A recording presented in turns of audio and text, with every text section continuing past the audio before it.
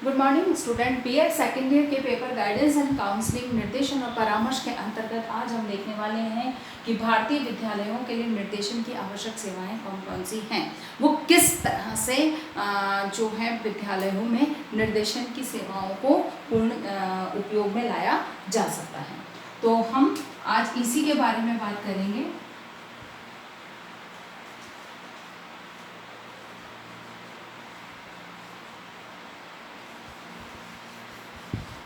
आवश्यक सेवाओं में सबसे पहली बात जो आती है वह आती है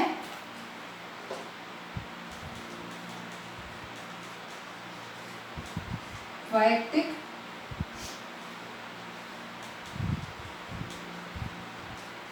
सूचनाओं का स्वरूप।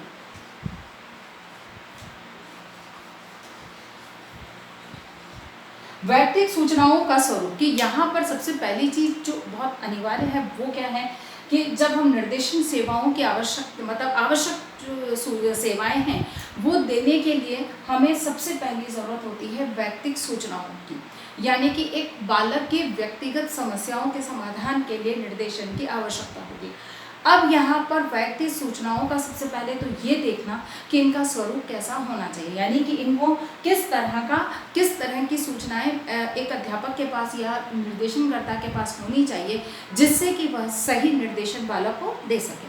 तो सबसे पहला जो इसमें होगा वो होगा संचयी अभिलेखों लेखन पद्धति का उपयोग।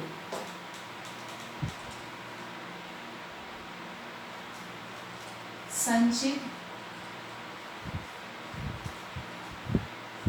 अभिलेखों का उपयोग सबसे पहली जो है वो संचित, क्योंकि विद्यालयों में संचित अभिलेख ये वे दस्तावेज जिसके अंदर बालक से संबंधित समस्त सूचनाओं को लिखित रूप में रखा जाता है, अर्थात कि उसकी व्यक्तिगत सभी सूचनाएं उसके अंतर्गत होती हैं, जैसे बालक के जन्म से संबंधित, उसके स्वास्थ्य से संबंधित, उसके विकास से संबंधित, उसके पारिवारिक स्तर से संबंधित, संबंध से संबंधित, पारिवारिक स्तर जो है उसका उससे संबंधित, उसके जो अन्य जो आर्थिक सामाजिक जो भी आवश्यक सूचनाएं हैं उन सभी का उसके अंतर्गत संकलन होता है। अर्थात कि जो व्यक्तिगत सूचनाओं का जो पहला स्वरूप या मूल जहाँ से सूचनाएं प्राप्त होती हैं वह होता है संचयी अभिलेखों का जो उपयोग कहना चाहिए कि इनका उपयोग किया जाता है। दूसरी चीज़ है इनका अपडेट होना, है ना।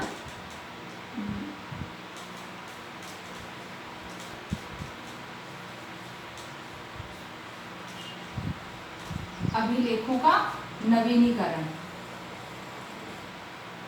यानी कि इनका अपडेट होना बहुत ज़रूरी है, क्योंकि जब तक कुछ नवीन परिवर्तन आता है, जैसे कि आर्थिक स्थिति में कुछ परिवर्तन आ गया तो वो सूचनाएं विद्यालय के पास होनी चाहिए। पारिवारिक कोई परिस्थिति में किसी प्रकार का कोई परिवर्तन आ गया तो वो उन सूचनाओं का संकलन वहाँ पर होना चाहिए।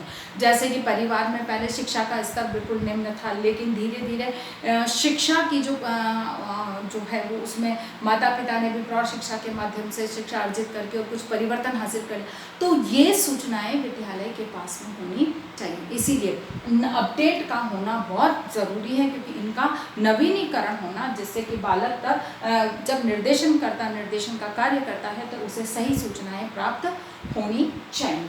दूसरा है अध्यापकों का योगदान।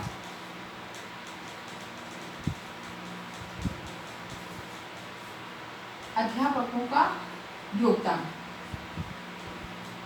यानी कि जो सूचनाएं संकलित की जाती हैं संचयी अभिलेख के अंदर या बालक से संबंधित जो भी सूचनाएं हैं उनका जब संकलन किया जाता है तो मूल रूप से ये कार्य कक्षा अध्यापक के द्वारा होता है, लेकिन अकेला कक्षा अध्यापक सभी सूचनाएं सही ढंग से हासिल नहीं कर सकता या उनको नहीं प्राप्त कर सकता। इसीलिए अन्य अध्यापकों के सहयोग की आवश्यकता होती है, क्योंकि जैसे खेल प्रक्रियाओं में, खेल गतिविधियों में बालक का क्या योगदान है, ये बात बालक की किस प्रकार की रुचि है, कितना उसका उत्साह है, कितना योगदान है, इसकी सारी सूचनाएं खेल अध्यापक ही दे सकता है।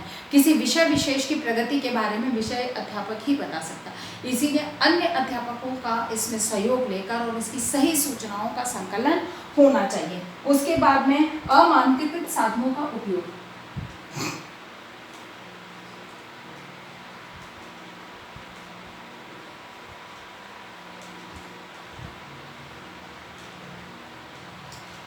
अमानकीकृत साधनों का उपयोग, यानी कि हम हर जगह मानकीकृत उपकरणों का ही उपयोग नहीं कर सकते हैं। बहुत सारी ऐसी जगह होती हैं क्योंकि मानकीकृत उपकरणों के अंदर कई बार ऐसा होता है कि स्थानीय स्तर के स्वभाव की कुछ सूचनाएं जिनका जानना बहुत ज़रूरी है उनको वहाँ पर स्थान नहीं होता है, क्योंकि ये जो मानकीकृत उपकरण बनाए जाते हैं ये एक बहुत बड़े जन समूहों को ध्यान में रखकर, या एक तरह से हम कह दें कि राष्ट्रीय समूहों को ध्यान में रखते हुए निर्मित किए जाते हैं। स्थानीय स्तर की आवश्यकताएं या परिस्थितियां भिन्न होती हैं, इसीलिए अमानकीकृत उपकरणों का भी यहाँ पर उपयोग किया जाना चाहिए जिससे कि सही सूचनाओं का संकलन हो सके। इन सूचनाओं के संकलन के बाद में शिक्षकों को इनका उपयोग कौन करेगा? शिक्षक।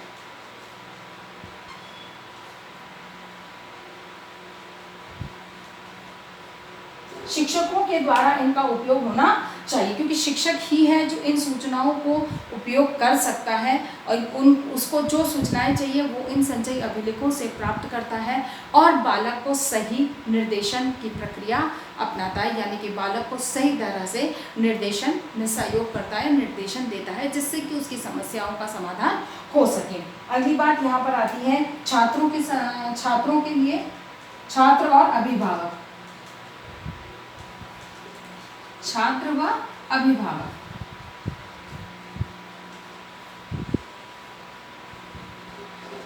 छात्र व अभिभावक के उपयोग के लिए, क्योंकि ये जो सही सूचनाएं हैं ये इन सूचनाओं का पता एक छात्र और अभिभावक दोनों को होना चाहिए, जिससे कि समस्याओं के समाधान में वे सहयोग कर सकें और सहयोग प्राप्त कर सकें। दूसरा इसमें आता है पर्यावरणीय सूचनाएं।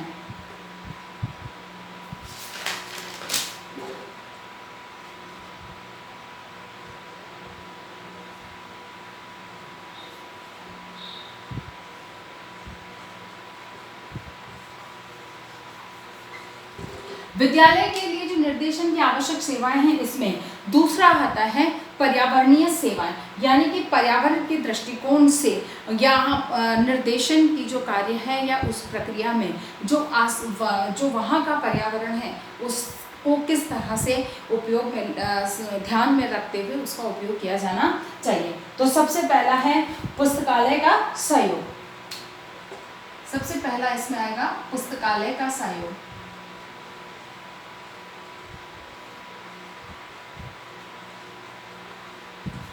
क्योंकि आवश्यक है कि पर्यावरण का निर्माण होना, वातावरण का निर्मित होना और उसके लिए पुस्तकालय का सहयोग, क्योंकि पुस्तकालय में बहुत सारी अन्य पुस्तकें होती हैं जिनसे कि बहुत सारी जानकारियाँ या सूचनाएं हमें प्राप्त होती हैं और उनके आधार पर हम सही दिशा निर्देश बालक को दे सकते हैं। इसीलिए पुस्तकालय का सबसे पहले सहयोग लेना हमें अनिवार्य है, क्योंकि पर्यावरण वातावरण के निर्माण में यहाँ से बहुत सारी सूचनाओं का हमें सूचनाएं प्राप्त हो सकती हैं। दूसरा है पर्यावरणीय सूचनाओं का संकलन।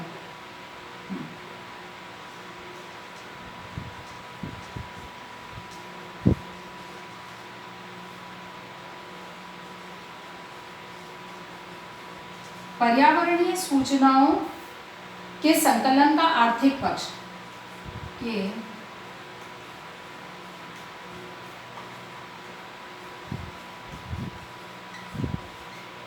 आर्थिक पक्ष, यानी कि पर्यावरणीय सूचनाओं के संकलन का आर्थिक पक्ष, यानी कि जो सूचनाएं हम संकलित कर रहे हैं उनमें कितनी आर्थिक सहायता की हमें आवश्यकता होगी, उनके उपयोग में हमें कितनी आर्थिक सहायता की आवश्यकता होगी, ये इसके लिए एक जो इस सेवा को सही मतलब कि सेवा तक कहना चाहिए कि जो निर्देशन की सेवाएं, जो आवश्यक सेवाएं हैं इनको प्रदान करने के लिए ये जिनको हम सूचनाओं के संकलन और इनके उपयोग की बात करते हैं तो उसमें आर्थिक संसाधनों का होना भी अनिवार्य है। तो इसकी जानकारी का होना, इसकी व्यवस्था करना बहुत अनिवार्य होता है। फिर निःशुल्क या कम व्यय के स्रोतों का पता होना। निःशुल्क व कम व्यय के स्रोतों का पता होना।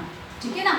निःशुल्क और कम व्यय यानी कि ऐसे स्रोत जिनमें की आर्थिक व्यय की जरूरत ना हो, निःशुल्क उपलब्ध हो या जिन पर कम व्यय हो सकता हो, ऐसे स्रोतों का हमें पता होना चाहिए, जिससे कि उनका हम निर्देशन की प्रक्रिया में उपयोग करके और सही दिशा प्रदान कर सकते हैं। फिर बाद में आता है, अब इसमें निःशुल्क स्रोतों में ठीक है, उसके बाद में राज्य की गाइडलाइन और ब्यूरो के अभिकरणों का पता लगाना कि राज्य के द्वारा जो इसके राज्य की सूचना, राज्य के निर्देश, राज्य के द्वारा दिए गए निर्देशों के आधार पर बालकों को हम का निर्देशों का प्रयोग करके और सही दिशा निर्देश प्रदान के, क्योंकि जो राज्य के द्वारा निर्देश दिए जाते हैं वो निश्चित है कि एक राष्ट्रीय दृष्टिकोण को ध्यान में रखकर दिए जाते हैं और बालक को केवल हम स्थानीय आवश्यकताओं की पूर्ति मात्र तक के दृष्टिकोण से उसे तैयार नहीं करना होता है। हमें राष्ट्रीय विकास या राष्ट्रवादी विचारधाराओं के दृष्टिकोण से उसका विकास करना होता है। इसीलिए राज्य के दिशा निर्देशों को हमें ध्यान में रखते हुए इस कार्य को करना है। फिर व्यावसायिक सूचनाओं को एकत्र करना,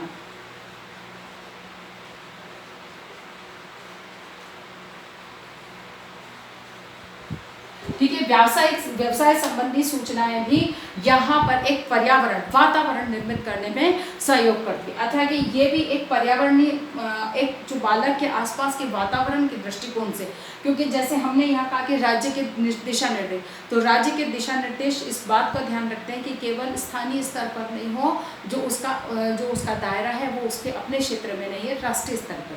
वहीं पर यहाँ बात आती है व्यावसायिक सूचनाएं, ये भी एक तरह से पर्यावरणीय दृष्टिकोण से या उसका वातावरण बनाने में सहयोग करती हैं। इस दृष्टिकोण से इनका जो आवश्यक सेवाएं हैं इनका उपयोग किया जाता है। फिर बाद में सूचनाओं के संचरण का अवसर, यानी कि इनका संचरण प्रसार, है ना,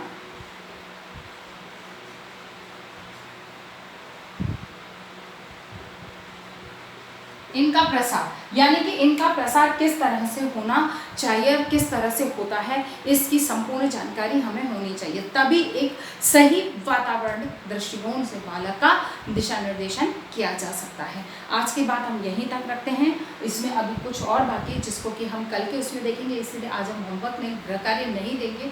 अपनी बात को समाप्त करने से पहले कोविड-19 की इस महामारी के दौर में अपने आप को सुरक्षित रखें, बहुत अधिक आवश्यकता होने पर ही घर से निकलें। घर से बाहर निकलते हैं तो 3 बातों का ध्यान रखें, मुंह पर मास्क लगाएं, सोशल डिस्टेंसिंग का पालन करें, अपने हाथों को सैनिटाइज करते रहें, स्वस्थ रहें, सुरक्षित रहें। धन्यवाद।